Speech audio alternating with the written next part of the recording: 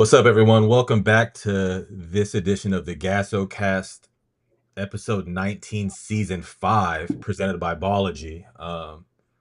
Fellas, uh, we made it to the so-called finish line as our GASO season concluded this past weekend in our summer finale. That gives us 13 out of 13 events from March to July.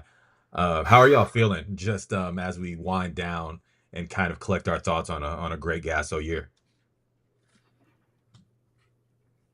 Well, I think for me, as you both know, because y'all are in the gym as much as I am, it's kind of nonstop. It's good to have a few weeks off, if you will, before everything kind of gets jump started again with fall stuff that's going to kick off here pretty soon. School's right around the corner, so to have 2 or 3 weeks off just to kind of recalibrate, if you will, kind of go over your thoughts and what you thought about certain players, and looking forward to seeing the next one.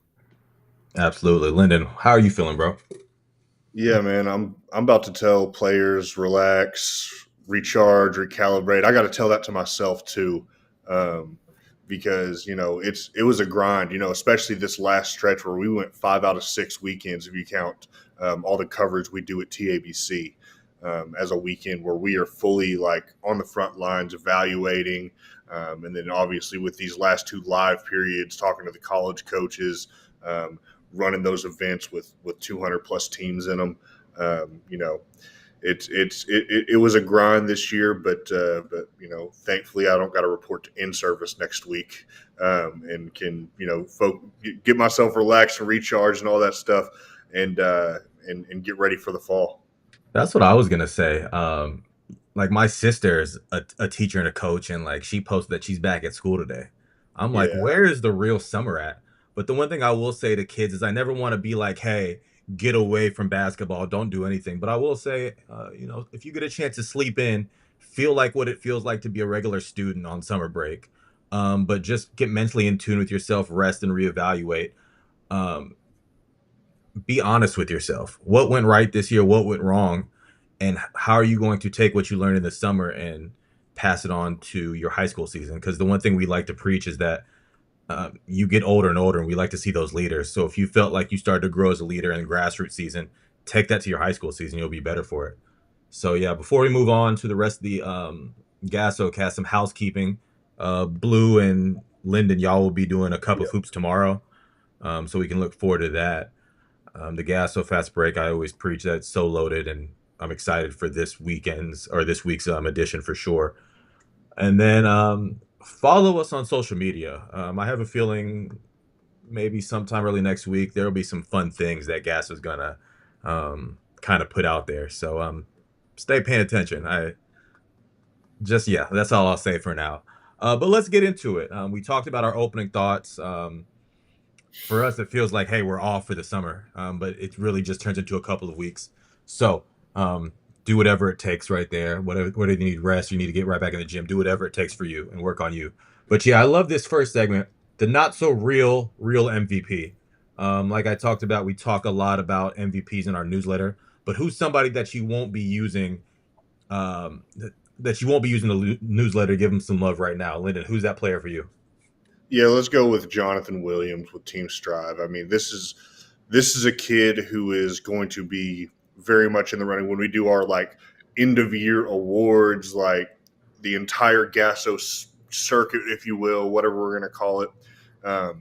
He's going to be right there because every time he gets a step, it's going to be points for his team. I mean, and it was that way this weekend. They were down almost 20 in the first half of a game I was watching, and all of a sudden he's turning it on.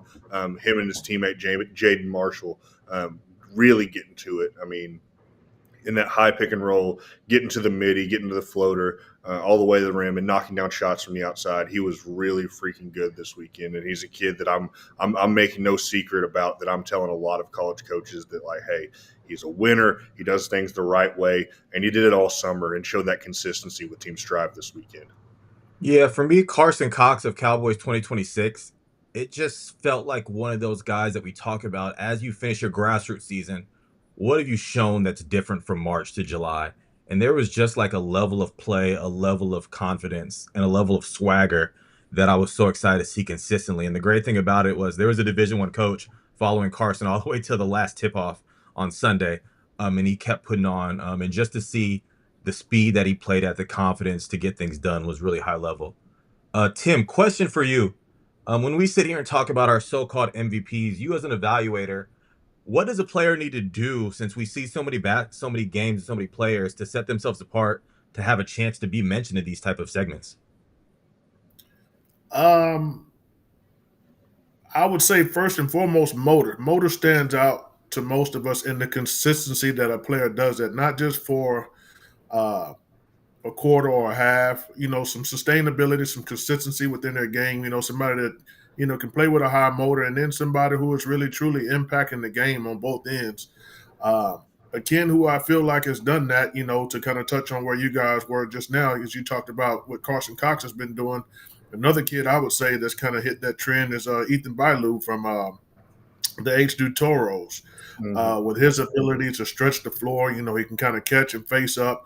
He's really starting to get comfortable with who he is. He's taking some time to it, but I would say better late than never.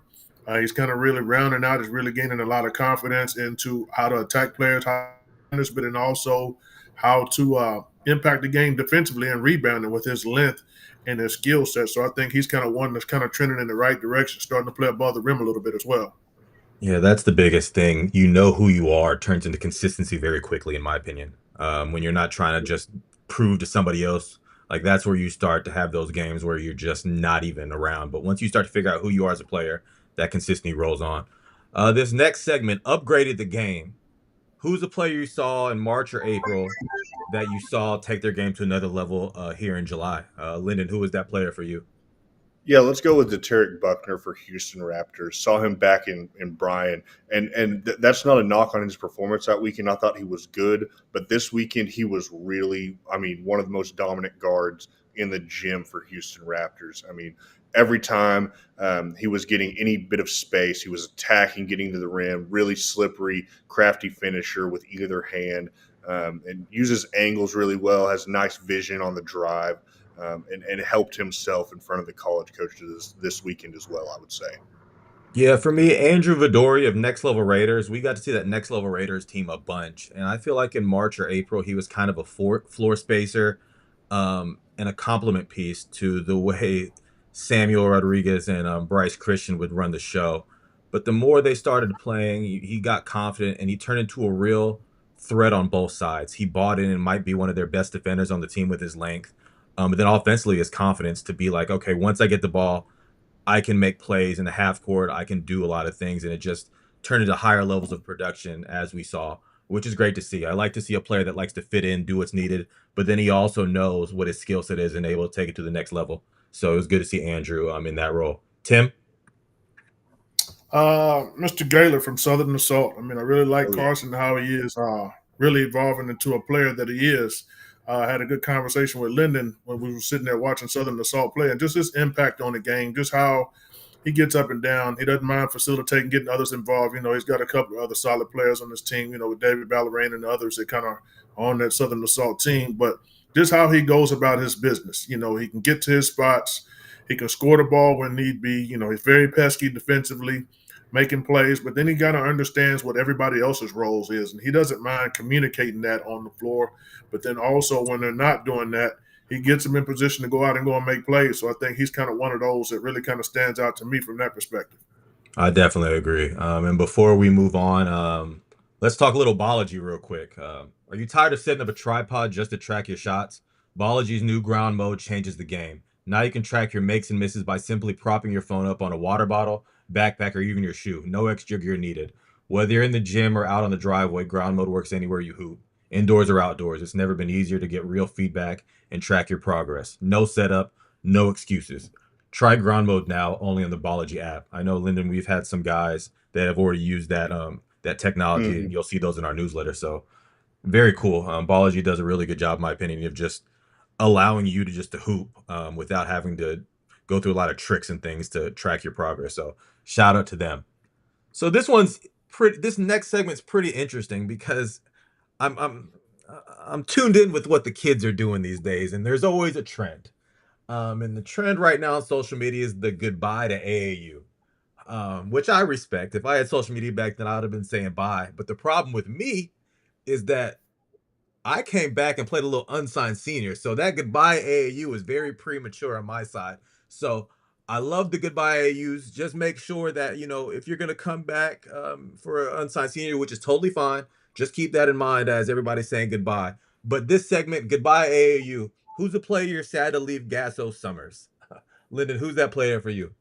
Yeah, let's go with Trey Hall. I mean, this guy. I mean, probably I don't I don't know that there's a weekend he's played a Gasol where he hasn't had a near 30-point game because he just does that. He gets hot from the three at 6'6" with great length, and that there was a play, I can't remember if it was Daniel or OA that captured it, where he goes up, snatches a rebound behind his head. It was you, yeah, okay. Hey, Shout sometimes out I to your hold sometimes I hold the camera still, man. But yeah, the play was insane. But yeah, no, goes and gets a rebound behind his head, kicks it out, relocates to the top of the 3-point line, and buries it with a quick release. And I talked about it in a tweet. It was like, that's his upside because you know what? Guys who can go rebound outside their area like that, knock down shots, and also finish above the rim, they don't exactly grow on trees. I mean, he's going to be a guy that's going to be very in demand for North Crowley this season. And as to your point, I would be surprised if he's playing unsigned senior ball because I think that coaches are going to go out and get him to commit earlier rather than later. Absolutely, I definitely agree. Tim, who is that goodbye AAU guy for you? Micaiah Jackson. I mean, from Family Ties. I mean, I love watching this kid play. I mean, with the energy that he plays with, his impact on both ends. He's so fearless. I mean, he goes out whenever there's a play that needs to be made. He's just going to go and go get it done, whether it be on the offensive end, defensive end. It's getting deflections, diving on the floor for loose balls. Saw him send a couple of games in over the last couple of weeks in the overtime, or have late game possessions where they have the ball and he's trying to make a play for his team. Uh, Gets paint touches. I mean, this is a kid here, like I said earlier, just really, really fearless, and whatever needs to be done, he's going to go out and go do it. Absolutely. For me, Christian Cox is second to none.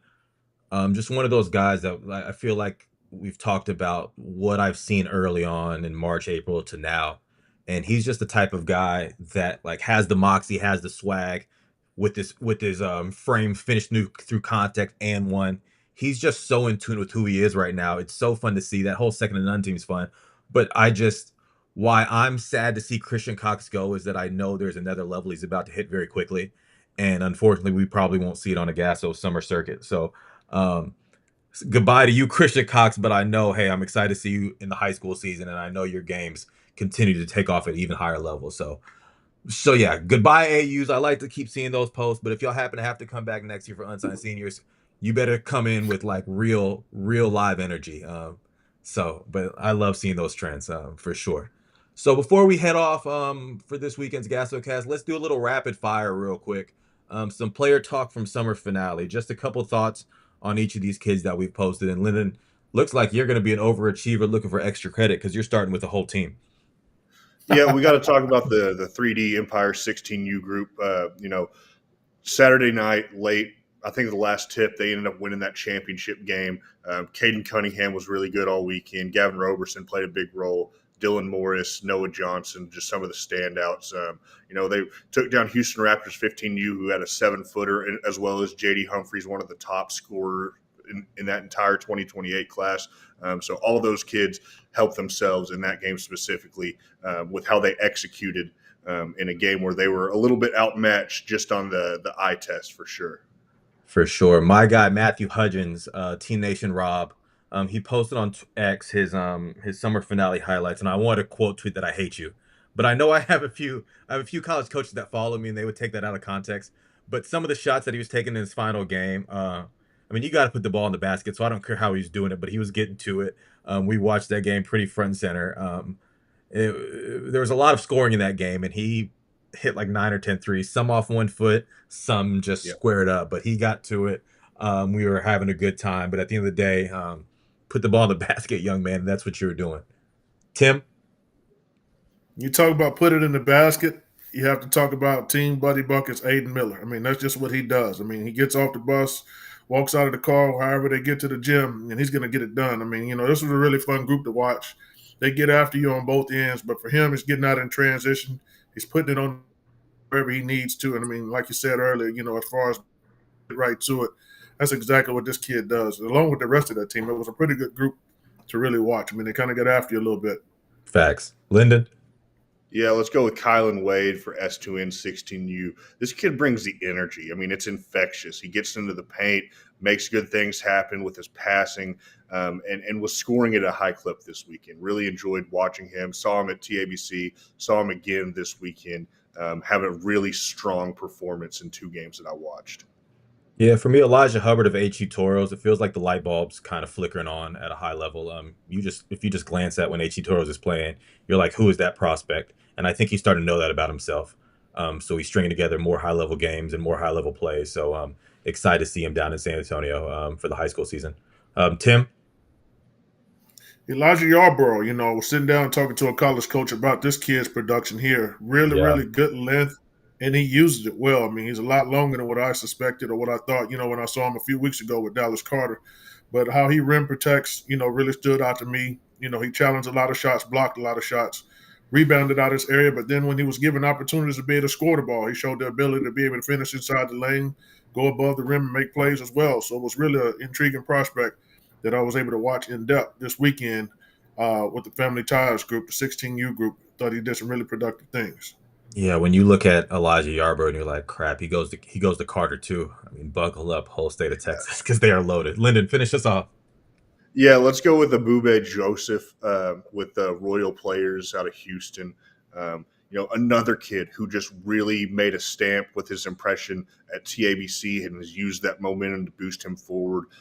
Tough, rugged, 6'5", gets downhill and finishes. There's a lot to like here, and he's going to be one that we're going to actively monitor in that 2027 class, especially with how Grand Oaks looks on paper this year. Having seen them with a couple of new pieces at TABC. Facts. So I think we're up to like 250 people watching across all of our platforms. They were hoping to hear their name, and if they didn't, Lyndon, what are some of the topics in our Fast Break newsletter that some of our viewers can hopefully hear their name be called? Yeah, man, we're going to have basically an MVP for every 8-team bracket. We ran 11 of them, so we're going to have 11 different, most valuable players from each bracket this weekend.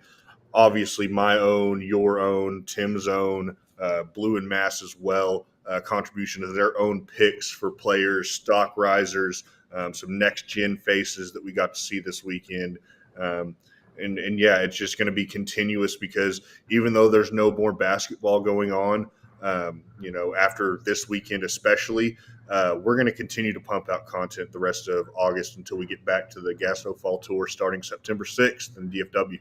Yeah, some fun stuff coming. Like I said, stay locked in on the GASO social media channels, especially early next week. Just stay locked in. But Oh, yeah. until then, I appreciate y'all rocking with us. Look forward to the newsletter. It's always fun to like preview the newsletter. Then I actually have to go do it, and it's like writing a ton of it's schoolwork. But I'm excited to do I'm that because waiting. we love to put on for everybody. But yeah, we'll talk to y'all next week, and we always appreciate the support all season long. Gas was for y'all, so we appreciate y'all rocking with the brand, and it's going to continue to get better. So we'll talk soon.